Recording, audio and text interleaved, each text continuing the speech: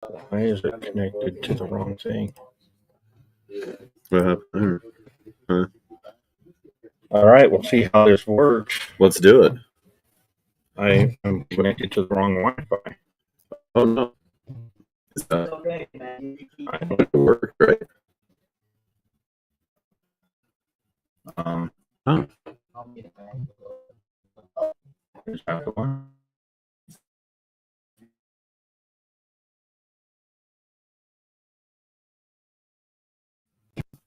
Did you change the password? Oh, I don't know. You're connected on something. There we are. All right. Now we're on. All right. I'm going to double check to make sure, but we should be on. Okay. We should be possibly live right now while everybody's watching me play my phone. Cool. You kids and your phones, man. Tell you what. Yeah. It's a matter of opinion. Oh, yeah. Playing with your Wii. Want to play Wii? Well. Okay. Apparently. All right. Okay. Oh, good. We're on. We're live. We're live. We don't know what we're doing. We have no idea what we're doing. Not a clue. No. What episode are we on? We are live. Everything's late. Nobody dies. Episode number 63. Lucky 63. You and me, kids. This is going to be the lucky one. That's going to be the lucky one right there. Yeah. Right. This is going to be it. We've been trying for 62. Yes. Episodes. No, 63 is a lucky one. But 63 is a lucky one. That's what's going to happen. Yeah. This episode brought to you by water. Stay hydrated. Drink water. This episode brought to you by water, which is Mother Nature's soda. Yeah, it's organic water. It is? Yeah. There's no additives? No additives? No additives? No. Actually, I'm drinking Dasani made by Coke, so it's probably got all kinds of additives. And yeah, it probably does. Mine's from Target. Oh, mine has its advanced filtration and reverse osmosis technologies. You ain't get shit. Yeah, I have my own reverse osmosis machine. I do. Well, I'm glad you could unhook yourself and show up because that's really great. Oh, nice, very good. I have to use RO water when I'm pressing books, so I don't get mineral stains and stuff like that. Oh wow! Look at you rehydrating books. Man, look at you go. Yeah. And you also use them for fish tanks, but I don't have fish tanks. Yeah, you should just use them for books. So how's it going? No, I'm okay. How are you? I got my exoskeleton on, man. I saw that. Yeah, I can walk and everything now. We can make him faster. Stronger. Yes. Yeah. When I walk upstairs now, I go. It's pretty cool, man. Right on. Yeah. That's going to be on there for a long time until I decide to get surgery. Nice. I thought you'd already decided you're going to do it. Well, I have to, but I just don't want to do it yet. Oh, okay. I kind of don't have time since we have like a mini Comic-Con coming here in June. A lot going on. Yeah. A lot going on in this. Yeah. We got Free Comic Day coming up in just a couple of weeks. Right. We're almost there. That's who's going to be here? Andy and Chris are going to be here. Salt City Strangers, Valady State Studios guys. Bleakhaven guys are going to be here. Nice. So have that all nice and set up. Then we'll have like the crazy, insane amount of people here in June. Literally a small Comic-Con. Yeah. We should see if we can use that place over there. Where? The hospital? Yeah, use the hospital and have somebody's apartment? No, you're pointing. Put a tent in the parking lot. Oh, put a tent in the parking lot. There you go. Something over there. I'll let you pitch a tent if you need to. That's where you can do the cosplay competition. Oh, there you go. Yeah. Yeah, I'm already going for Mad Max. Yeah, it's really cool. This brace, I put it on it, and it's like a Mad Max brace, but without the added side effects of making me racist. So it's kind of cool. It's kind of nice. Yeah, I'm just a nice little Australian man now. Yeah. But God, no, I've been catching up on some books. Over the weekend, I picked up. This will tell you how far behind I am on certain things. Over the weekend, I picked up the full run of not the original, but the Exiles from Wow, the okay. boxes, and I was like, okay, I'm going to read this. Oh, that's right, I forgot. There's only 6 issues on it because it got canceled. But the Jeff Parker stuff. And I was like, yeah, this is really fun. It's pretty cool, man. And then I was like, why are they advertising these things in this? And I look back, it came out in 2009. I'm reading So a while ago. books that have been in my storage boxes for 15 years. All right. Oh my god! It's crazy that when I open the stuff up and look at them and read them, and I think, oh man, my daughter was barely walking then. My god, I got to do some catching up, But yeah, so I've just been catching up on some older books, reading some of the newer books. Monsters Are My Business. It was really fun. The new Colin Bunn Might have to book. check that out. I like Colin's work. Yeah, it's it's Sure. basically a monster hunter, and his sidekick is a koala bear with a chainsaw. Nice. It's pretty sweet, man. That's all you get. I saw the cover with the koala bear holding the chainsaw, just like on the cover on the hood of the car, and I'm like, I'm in. Yes, I'm in. I think I saw that one too. Maybe Yeah, I'm getting it was really good. confused with Uncanny Valley. Could be. I don't know. No. Maybe I'll just grab them both. There, just grab one of each up there. It'll be worth something someday. You go ahead and buy one. There you go. But no, I've been doing that. I've been going through the back issues here. I've expanded the back issues by like 10 long boxes out here. Yeah, I noticed that. So I'm getting a bunch of that stuff out. You're not really taking up any more room because you're depleting this table exactly, and yeah, just putting it out for right. sale. Yeah. It's it's a lot of stuff. That's a good extra 3,000 or so books out there that I can get in. Nice. And making enough space so I can go through this other stuff that I have. Go check them, get them out, whatever. Just in time for maybe what might be a sale at some point again pretty soon. Who knows? Anniversary. Well, the anniversary, we're going to do 20% off everything. Right. Store wide, everything. So, if you want a statue or a T-shirt or a $300 comic, doesn't matter. It's going to be 20% off. So let's talk about that for a second. So it'll be your 20th anniversary, not 20 years in comics, but 20 years as a store owner. As this store. Yes. You worked for Fly By Night for... I did for about 2 or so years. So just a couple of years before that. Yeah. And I decided I would like to do things differently. I have other ideas. We'll go with that. So it was 2004. We were in this smaller location that we're actually sitting in right now, where the wall came down. This was our location. This side of it? Uh-huh. Oh, okay. Yeah, so it was small. So you went from this side to the other side. And then it went both sides. And then knocked the wall down in between after that. Yes, right. And then when the GameStop stocks go to hell, then I'm just no, that's not going to happen. No, God, no, it's so not going to happen. No, we're totally fine here. We're good. We're fine. Yeah. So we expanded, more than double the original size. Oh yeah, for sure. Really, like 2.5 times the size, I guess. Originally that we had here. All my overstock used to be hitting this back room. Wow. Yeah. Wow, that's crazy. And we had the holds back there, and I was like, gotta remember when I hit, like 100 holds, and I was like, oh my God, this is so great, man. This is amazing. Now, if I had 100 holds, I'd be closed. If that's all I had. And it's, we kind of decided to do, I decided to do things a little differently, and focus on comics, focus on back issues, and try and kind of make the type of place that I would like to walk into if I didn't own it. So, I just had fun. Tried to have some fun with it, and still trying to have some fun with it. Some days are it'll happen. It'll happen eventually, man. But it's It'll be the day you finally sell and you're walking out into the bank with that big old check. Yeah, and I'm like, wow, I'm having fun. I'm having a really good time right now. I'm gonna have an even better time tomorrow, sleeping in. It's pretty cool though. 20 years seems like a very long time.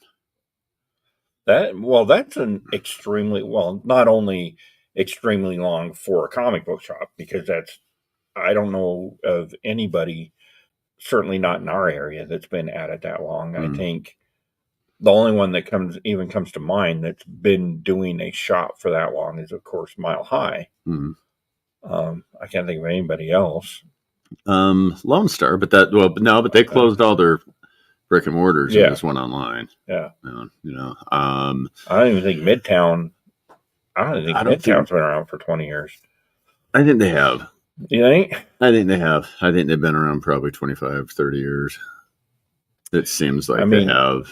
I guess Tifa would have had to started in the 90s. Yeah, and Night Flight was here for more than 20 years, but they closed. Bolts has been here for more than 20 years, but with three different owners. 3 times. So, there's nobody. Maybe John. John's been around forever, but he's not always done comics. He's gone kind of back in and out. Yeah, that's true. That is true. A bit. Yeah. So.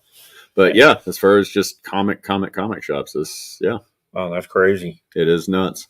It's crazy to get a small business to go more than 5 or 6 years. Well, and let alone such a niche type of business. It's too stupid to fail. I just I came in going, well, I'm next to GameStop, that'll help, and it did. Now them being next to me helps them, which is weird, but and the movie theater across the parking lot used to be a dollar theater, right? And you would get people that would go and see second run movies and come in and be like, oh yeah, that's cool, and do you have anything with this? Yeah, but now it's like when a new Avengers movie opens, it's right there. When a new Star Wars movie opens, it's right there, and people are, they come out, the first thing they see is the store, which I could not have planned accidentally any better. The dollar theater, it got a lot of people over there, but man, having a first run theater with these new movies where people are still excited about them, and then they come out and they're like, oh, maybe they got something about that, right? Then it's cool. Okay, so kind of what I wanted to hit on today is, like, let's go back to the COVID era, 2020. We hit it on a little bit last week, and you were talking about how you did curbside pickup to help and things like that. A lot of shipping. You were shipping locally, like to people in Salt Lake. Yeah, I still do. Right. There are still people in Salt Lake that are like, I got a kid that's been a kid. He's been in college for like 3 years, and I just ship him to his parents' house every month. And when he comes home, he's got a nice big stack of books to read, and he doesn't have to move them back from his dorm, Right. So, we did a ton of shipping, curbside, and there, it was a stressful time. It was a very different time. Right. I only had a couple people that got really mad about the mask thing. But they're people I'd never seen before anyway. Right. I can't see that being your customer anyway. Yeah, right. So, I did have a couple of people that refused to wear masks, period. That are regular customers, but they were like, oh, okay, you know what? I understand, you have to, because there was a city ordinance. Right. At that point, because we didn't know what we were dealing with yet, so they would say, oh yeah, you know what, get my order ready, here's my card, if you want to run it out to the curb for me, I'm not going to put a mask on and walk into a store, but if you'll deliver it to my car, that would be awesome. Well, so I did, and it wasn't like, oh, I'm not wearing your damn mask, you idiots, and it was just like, look, I don't want to do that, so I will abide by the rules by not doing it. Right. So come out and give it to me, and that was fine. And I think people were a little more tolerant and respectful with things like that then, because I think we didn't know what we were dealing with yet. Well, I don't think it's so much that people in general, but certainly our comic book community. We were discussing some pretty conservative comic book community members earlier, and those people at least have enough respect for the shop owners that they put on a mask or made other arrangements. I mean, well, and that's what I mean by, tolerant of the situation. Right. And I respectful of the store and the situation that we were in. And you find that more certainly with comic book community, at least our comic book community. Oh yeah. Than you would the people that, go into Bob's Pawn Shop in West Valley. Right. Yeah. Whatever. Or, Walmart going in there and spitting on people and throwing masks on the ground. Yeah, I'm like, geez, crazy stuff going on. Yeah. But so logistically, like if we set all that logistics stuff aside of how you did business, so before then, like we really went through this major transition for the largest part of your run being pre-COVID. You dealt with one distributor, and 2-3 major comic book companies. You've always been really big into the indie stuff, in your shop, but I think that's important because there's so much more to choose from. Right. When people come in and they're like, "Oh, it's just all superheroes," right? I'm like, maybe half. I think that holds true. I mean, if you look at comic books as a whole, at least half of them are non-superhero. Yeah. And half of that is horror. Yeah. I mean, when you start thinking about that, though, like, oh, okay, well, comic books, it's all superhero stuff, right? Like, what are the big all ages ones? Well, that's the superhero stuff. The all ages type stuff. Like Archie, Sonic, My Little Pony, the Disney stuff. Those are huge here. Okay, when I think Simpsons, of all ages, I think of something that's going to appeal to me and my 10-year-old grandson. Oh no, I have to call it all ages because kids get pissed off. You say kids section, like seriously. If you say that's why, like even the free comic day stuff that is kids, like kid friendly stuff, says all ages because kids get super mad. When you're like, oh, the kid section over there, and you guys, 8-year-old kid, it's like, I'm 8.5. I'm not a kid. I'm 8 3/4. I'm not a baby. They just get super pissed, right? Which is funny, but I've noticed when I talk to kids that come in, I'm like, okay, well, here's the all ages section, and they're like, oh, cool, all ages, all right, man. It's like, yeah, I'm not a baby. I mean, there's cool stuff. How about Dogman? Do you have Dogman? It's like, oh my god, Bluey is your latest Bluey out? Yes, yeah. But you got Pokemon stuff, you got Smurfs, you got all this kind of stuff, and most of that's not superhero stuff, right? You look at the big books, like Saga is not superheroes. Walking Dead, obviously not superheroes. You got Army of Darkness and The Fog and American Psycho and all that kind of stuff, and that's definitely not superhero. You've got all these little connected universes now in Image, like Radiant Black, which is not really superhero, right? Yeah, it skirts that, but it's more sci-fi kind of stuff. You got a lot of that stuff that's just not. And I like to have that there in case somebody wants to make a choice to come into a comic shop and wants to see if there's something besides Spider-Man and Superman and Batman and Avengers. And it's always nice to have people come in, and sometimes they're very, very surprised at that. Like, oh my God, this is crazy. There's like video game stuff and a lot of people don't Power Rangers and what is going on? They don't look at comic books as being literature, or it's funny to me. They're stupid. They're for kids. Not all. It's really funny to me how many people have that attitude. That comic books are still for kids, right? And like that was the line back in the 20s and 30s. Yeah. Not the 2020s. The the 1920s. 1920s, The- the 1930s, yeah. back when you and I were kids. And that changed a lot with, World War II and certainly Korea. A Yeah, lot of yeah, servicemen taking comic books to escape the horrors of war. right. Yeah. Which kind of, when they came back, it was like, okay, these are really for adults, and that's when we started getting more adult storylines. Yeah, and they were written more with adult language. The vocabulary of comics expanded.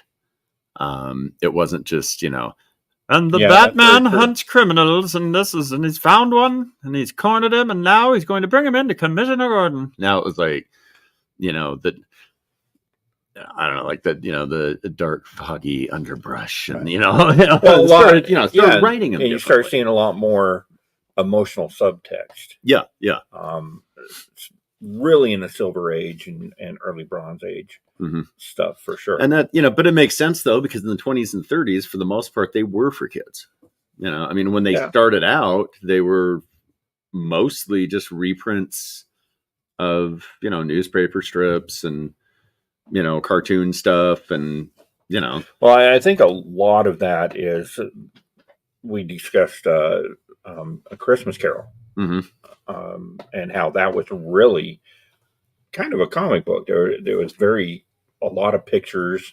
Very like not real descriptive language and no big words. And it was wasn't really written for kids, but more for commoners. Yeah. Because education wasn't back then what it is. Right.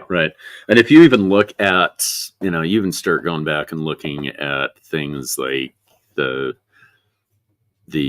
Wizard of Oz novels, the Oz books, they were lusciously illustrated, and but that sounded way too sexy. Lusciously illustrated, all right. But they had more, like, I guess sophisticated illustrations. Right. Would you say? I don't know, but they really conveyed what was going on. It wasn't just like, oh, let's throw this in here as a space holder or a placeholder here and a space filler and whatever. But it was kind of cool how they started doing that, and then I think that also led to comics. Right. Well, and there was a major transition there from something like Wizard of Oz or Alice in Wonderland. Any of that stuff that was heavily illustrated was still, you'd have a page of text and then a picture, a page of text and then a picture. That type of situation. Whereas with the comic book, you've got 9 pictures with some dialogue on one page. So there's no way it's going to match the quality. And you're doing this once a month compared to the 3 years that it takes you to do one book. Yeah, that's true. Sorry, I'm still really, really, really concentrating on the ghost of Robert Crumb that was in here. I don't know what was going on with that guy. Anyway, sorry. I just keep looking around and see if he's still here. He's going to pop out from under the table and be like, like a Japanese horror movie. That guy was funny, man. I'm sorry. I'm so distracted by him. That was hilarious. Aggressively relaxing, hanging out in the chat. All right. Hey. Howdy. Hola. When I read Spanish Christmas Carol, I was surprised at it being fun and easy to read comedy. Yeah. And in the original text, it really is. Yeah. A lot of subtext there.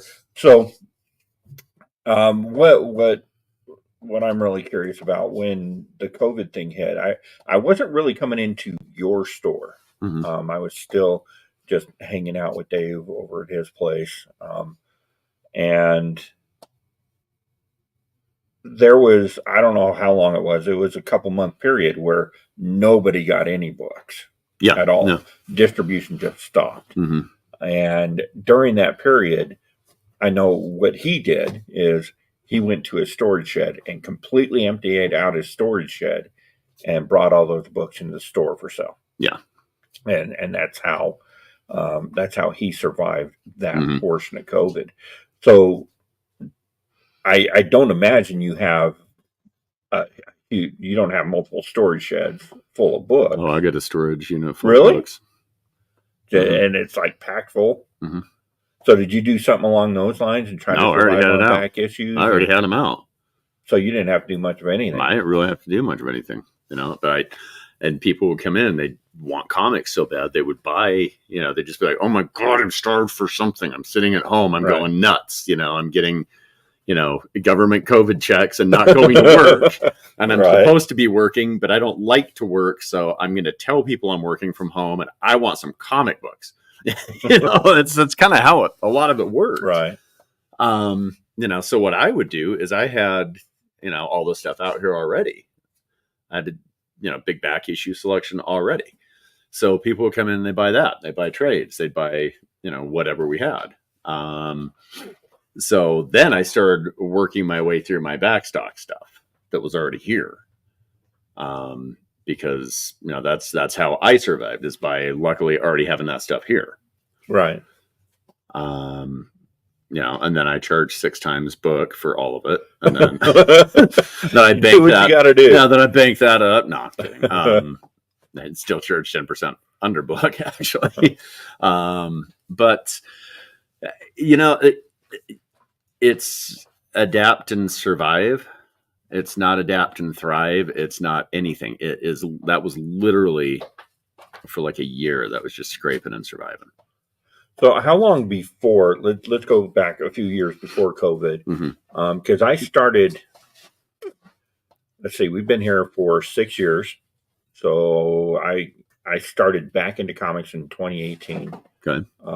So there was 2 years there where I was kind of ramping up, and I would get the Comic Tom boxes, and I would get all of the ratio variants from Dave, and I wasn't really reading much of anything at the time.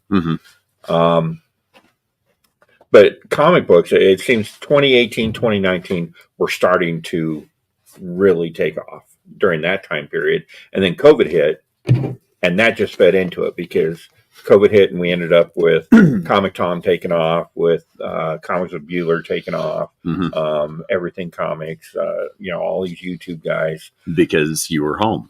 Yeah, you were home to watch them. And, you were home to watch it. And that got us all thinking of the back issues, because they didn't have new books to talk about. Right, yeah. And somebody like a Comic Tom that is like a walking comic book encyclopedia can tell you everything about every comic book character from the big two. Yeah. Starts talking about these old storylines, and that was driving sales. And people are like, well, let me check those out. And then the more people want to check them out, the more the prices went up. And the more the prices went up, the more people wanted to speculate on them. And then the more people wanted to speculate on them, the more the prices went up. It snowballed into something kind of uncontrollable. Well, not kind of, obviously uncontrollable. Well, it was uncontrollable. Yeah, at that point, yes, it was. And you saw all these, companies, Scout, Valiant was coming back strong, Aftershock, Aspen coming back doing more stuff. All these companies that now are either gone or on their way out, or very, very reduced and different. They started seeing all this stuff, and they started doing, whatnot shows, or what the hell ever, right? All this stuff going on. They're like, oh man, we can do this, we can do these exclusive variants you can only get on our website, or and they really started going nuts with this stuff. And now, just 4 years later, you see, like we were talking last time, Scout, everything's canceled. Valiant is scraping with Alien books that are not putting them out on time anyway. And super high prices. Yeah. There's some Valiant stuff that I just don't even order. I'm not putting a $13 one shot up on the shelf. Yeah. It's not going to happen. Sorry. No. Like 32 page. No, I mean, it's a little bit bigger. I mean, even 100 pages isn't $13. No. 100 pages should be $7. Should 32 pages should be $2.99 for a pen, but you're right. You're and right. A 32 page book should be $2.99. And that's just all there is to it, man. Yeah. But they're not doing that. The Aftershock basically gone. IDW filing bankruptcy. They laid a whole bunch more people off just the other day. Aspen, they haven't had anything new forever. God, who else? Avatar. They don't put anything out anymore. Nothing. The only thing I've seen for like the last 3 years from those guys is, hey, you want to buy our trade paperbacks? Wow. So it's like, which honestly is, in my opinion, the trade paperback is really how a lot of this stuff should go, because you've got great creators creating great stories, but if you can only put out 4 of the 6 books, put it in a trade. Let us buy the trade. Yeah. I mean, do an original graphic novel on it. Yeah. That's Black Mask did that too. They had all these different series that were going on. And some of them got 2 out of 4 issues, some got 3 out of 4 issues, and then they just didn't finish them. And then tried to sell the trades. And I'm like, well, these people that have been invested in this book and waiting for a year for issue 3 to come out, I'm not going to sell them a $25 trade or a $20 trade. That's like kind of disrespectful to them, Yeah, especially since they've already dropped $15 on the things. Yeah. I mean, if you can afford to do a trade, I feel like you can afford to do just a regular issue and just put them out and finish it. Right. That stuff doesn't make sense to me. But a lot of that stuff happened after COVID. And there were those situations where they got so wrapped up in their speculation, their investments, oh my God, man, I am making so much money right now. This is fantastic. We're just going to keep doing the same thing, regardless of whether the market, the world, the internet, anything changes. We're just going to do the same thing because we don't adapt and learn. Well, and it did change. It changed greatly because you no longer had a government check. Yeah. And you no longer had, as you said, all the free time. Yep. To sit at home, pretend to be working, reading comic books. Yeah. No, I mean, like I said, man, I would, noon to 5. I was open noon to 5 for like 3 months instead of 11 to 7. We were just 12 to 5 every day. So that gives me a couple extra hours in the morning, a couple extra hours at night. Right. What was I doing? Sitting around drinking and crying. No, at 7 o'clock in the morning. At 7 o'clock in the morning. But besides that, what was I doing? I was reading a hell of a lot of comic books. You know what I mean? And it's like, I need to have the only good thing about not having new stuff is you don't have to pay those bills for the new stuff. Right. You're selling things that you've already paid for. Right. So that makes the bottom line look a little better and a little easier. I would come in and there'd be nobody here until, maybe 1 o'clock in the afternoon, maybe 2. And even then they would just be like, can I come in? Everybody was nervous to do anything. Right. And we're even seeing, I'd come in and clean the bathroom. You know what I mean? I would come in and literally scrub the walls and, this place is clean as shit. Right. But we are now seeing companies that because of that, they don't sell new books anymore. Yeah. There are stores that are surviving on just back issues. Yeah. I mean, there's got to be something else going on there. Not saying they're a front for the mob, but something's going on there to keep them afloat. I don't know how you do shame if something was to happen to you, comic collection, wouldn't it? I don't know how you can keep going without the Wednesday Warriors and the whole boxes and everything. I mean, you've got to invest, to just have a back issue store and back issues and trades, which I guess is what they have. Right. To just have that. And I would literally have to put so much money into back issues, 10 times what I put into it. Oh, yeah. Expand the store to the entire friggin' building. Never mind the half of it that I own now. But you've got to put so much stuff out there and have so much stuff to replenish that you're not really buying collections anymore. You just buy up, and then put them out and then say, okay, come in. So then you don't have any inventory money going out. Right. You've got, a couple employees, whatever, it lowers what you have to pay out, because buying collections, it's like the car business. Buying older cars, the trade-ins, stuff like that, you make a lot more money on. A lot more.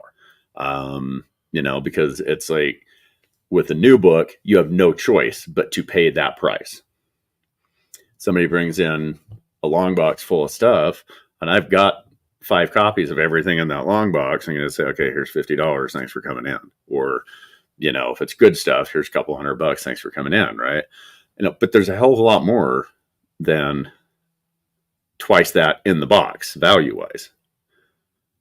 So you're making more off back issues. That's why when I have back issue sales, people are like, oh my God, man, how are you making any money off this? You're doing half off?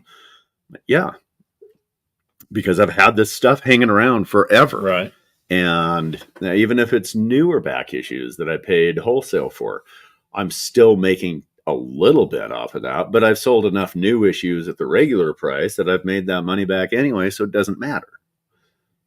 So, and it would just be difficult to do, but I can see the appeal of it. I see why people do it. Yeah. And I've got customers here that only buy older books. I have people that come in that don't buy anything new at all. All they buy is older stuff and back issues. That's it. No trades unless it's like the Epic collections or the Masterworks of the old stuff. But they're just not interested in newer books. And I get that.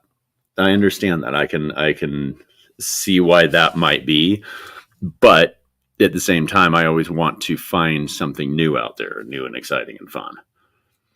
But I can understand why somebody would want it to be a back issue store, though. Yeah. I get that. Yeah. And I'm been looking at the kind of roller coaster that is this hobby, and of course we got up there pretty high in the early '90s and then crashed. Mm-hmm. And we kept saying that this crash that we just are now experiencing Mm-hmm. was going to be worse than that. It didn't get worse than the '90s. The '90s was probably the worst crash that we'll ever have. Well, it depends on who you ask. I don't think, because after that '90s crash, sales of comics were higher than they are now. but sales of comics now, I mean, and it's still got some room to grow, because we're still kind of in a comic recession. But I think we will get back to that pre-2018 sales volume. No, I think we will. Enough. I mean, I think we will. It's just with technology, everything, you think technology makes everything faster. Technology in this industry makes everything slower. Oh, for sure. The crash was huge and quick in the 90s. And because, all you did is, if you wanted to resell a book, you resold it to a comic shop. Right. That's all you did. Or maybe bring a box to a Comic-Con or something and see if somebody is interested in them. People were overpaying for stuff. And then all of a sudden they were stuck with a bunch of things that they were like, what the hell do I want this for? Now you've got eBay, you've got Whatnot, you've got Amazon, you've got blah, blah, blah, blah, blah, blah, blah, blah, blah. You got a million ways to do it. You can send comics to a different shop across the country if they're interested in them. You know what I mean? You can do all this kind of stuff. So instead of that crash, just like, bam, nobody's buying, we're all screwed. The crash is going like this. Right. It's like, well, the brakes are getting squeaky. They haven't failed yet. We're not gonna, we're not gonna do that. Well, I think that we are on the upside of it at this point. I don't think we've quite. We may have hit the bottom. No, I think we've hit the bottom. And it's just sort of, yeah.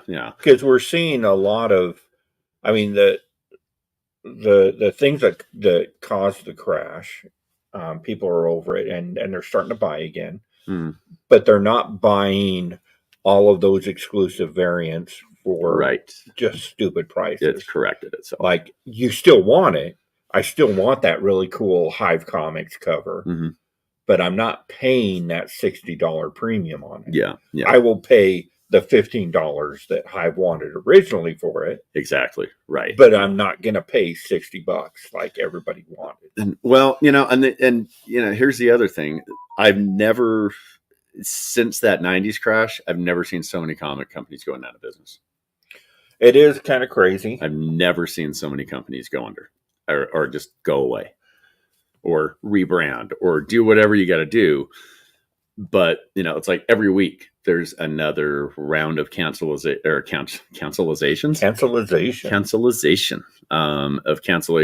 from, different companies. And those are just the ones that you hear about.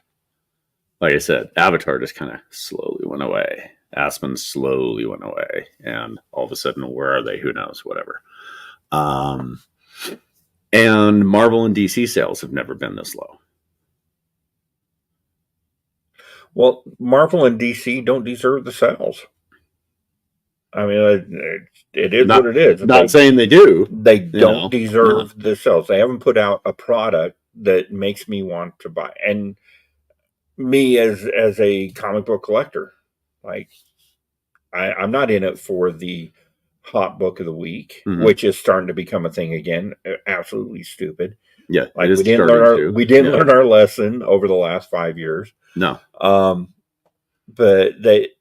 I'm not into comic book people are not historians. that is very true. They're not going to learn from that history. It just doesn't happen, man. But they're not. There's no storylines, with the exception of the Ultimate stuff that I've heard are worth buying. Well, and that's because it's a whole new, fresh idea, just like the original Ultimate stuff, right? And some people are not buying into it because they're like, well, it's not the Ultimate Universe that I know. That's, well, but the Ultimate Universe that you knew was not the Marvel Universe that I knew. Yeah. And the Marvel Universe that I knew was not the Marvel Universe that my dad knew in the 40s and 50s. You know what I mean? It's like it's a different situation. And I think it's cool that they're doing that. Personally, not super interested in it. Don't really care that much.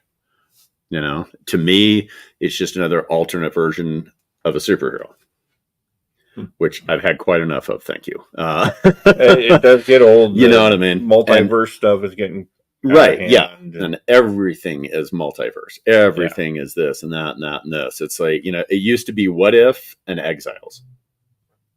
Right. And that's it. And Elseworlds, right?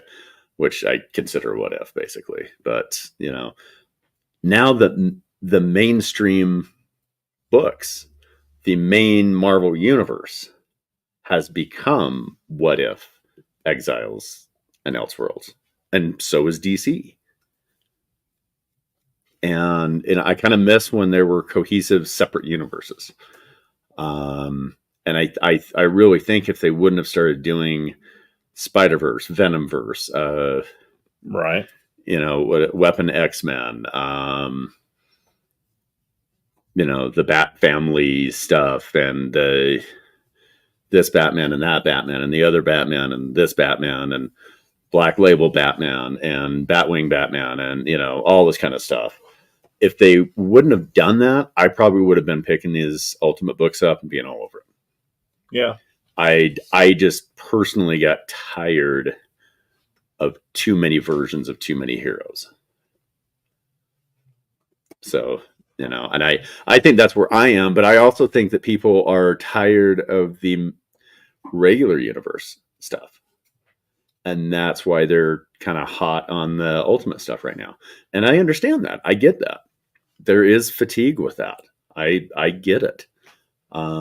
Like I said, I will go days and days and only read superhero stuff. And then I will go a couple of weeks and read no superhero stuff at all. I think at this point, the only one really benefiting The only type of collector that's really benefiting from any of the big two stuff are the bro collectors. And that's because the books themselves are such crappy quality that if they can manage to land a 9.8, they know they can turn it for some money. Yeah, that is true. So, I mean, that's true. Which is a bizarre way of looking at it. But well, Kurt was telling me yesterday, he's like, they've got a 9.9 giant size X-Men one now that CGC has graded. Wow. And I guarantee you, the reason they did that is so people will talk about the fact that there's a 9.9. Yeah, that's crazy. And then people will start sending stuff into CGC again in buckets and loads because they're, and I mean, God, man, during COVID and around COVID and right after for a year or so, and you send something in, you get it back 3 months later. Yeah. I'm sending the stuff in now for people, and the turnaround's 2-3 weeks tops. Wow, I can't get that quick of a turnaround. How much are you sending in? Well, when they don't mess up and send them back to me. Well, yeah. I'm sending a shitload of stuff for customers right now. That's a whole and that might be why, because they're like, well, let's get these things out of here and get them back so we can send us another round. You bet they're looking at that. Yeah. And if you're sending one or two here and there, they don't give a shit. But if you're sending big boxes of them, once a month. Well, I sent a big box in and they sent them back to me. They sent them back? Yeah. They took 2 books out, graded those 2 books, and sent everything back. Were they pre-screened? With the pre-screens. No, they didn't even open them. Like, I had to call and be like, what the hell are you guys doing over there? So. And they're like, we don't know. Who are you? Wait, who am I? I also think that they've been doing some really positive things lately, too. I mean, I'm still not going to grade anything, but I think they've done a few things to kind of make themselves a little bit better in my eyes. Yeah. A little bit. Not a lot. Fair enough. All right. Wow. That was a quick 45 minutes. That was quick, man. Greetings better late. What is up, buddy? Greetings better late. Sorry. That's because he just got up in the middle of the night to go take a leak. Oh. So he thought he'd stop in and say hi. He's fair enough. Right on. Yeah, I just took one right now. Just now. All right. So probably ought to be wrapping it up. I got a dinner tonight. No, well, aren't we fancy? Real quick, have you seen the trailer for the Joker? No, I have not. I saw it. I am pissed. Really? I am very pissed. Because a musical Joker, I so wanted to hate this idea. But you're pissed because you liked it. It looks so cool. It looks so cool. I should have known better. No. They got Lady Gaga in it. I should have known better. God, it looks amazing. Is it the same director? Is it still Todd Phillips? Yeah. Okay. Then I think it'll be great. But yeah, crazy. No, I haven't seen that. I need to see that. I need to see the I can't remember what the hell the name of it is, but the third part of X. Maxine, yes. X. Have you not seen X? No. Is that like Elon Musk's movie? Like, I don't know. What's X? Not unless he was making porn in the 70s.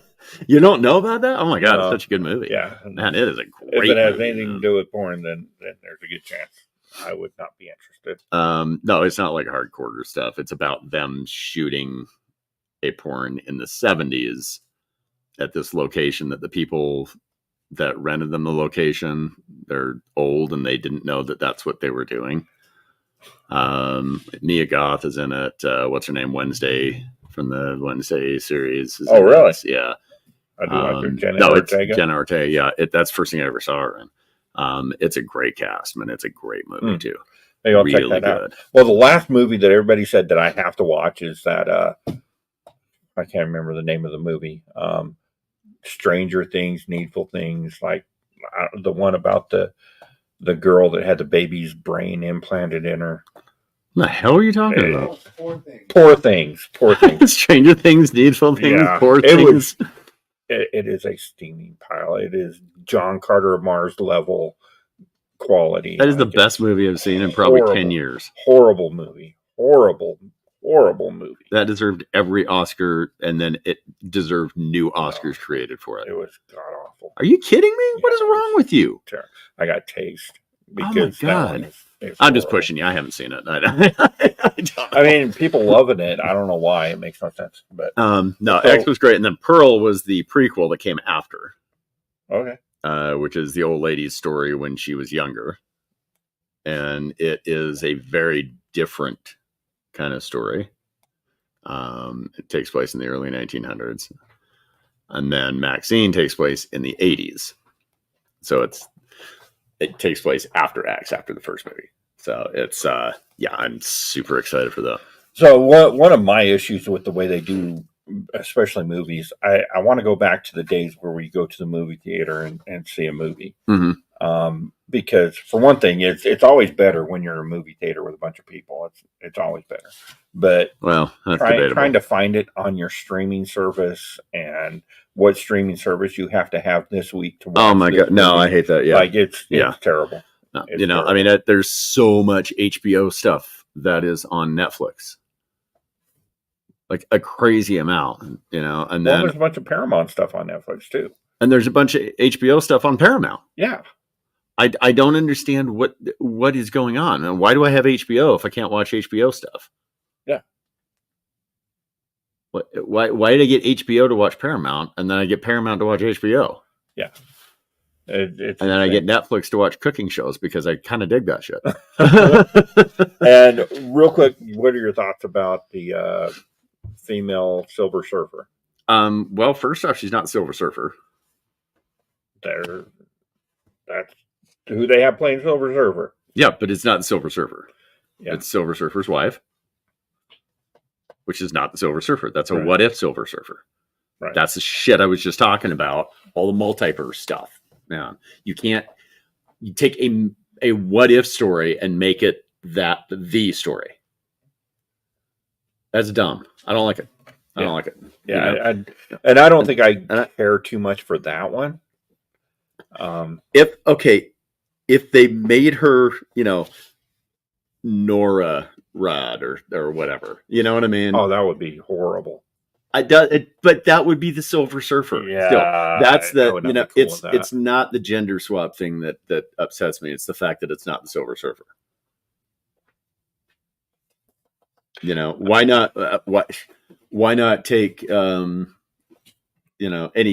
not take Space Nick Fury from the when he's fought World War II in space? Why not take Space Nick Fury and make him Silver Surfer? Well, Nick It's like- Fury. But it's not Silver Surfer. Yeah, but Nick Fury is another one. Our Black Nick Fury. That's the only Mhm. Nick Fury that most people know now. Yeah. Was a what if character. No, it wasn't. It was an Ultimates character. No, way before Ultimate.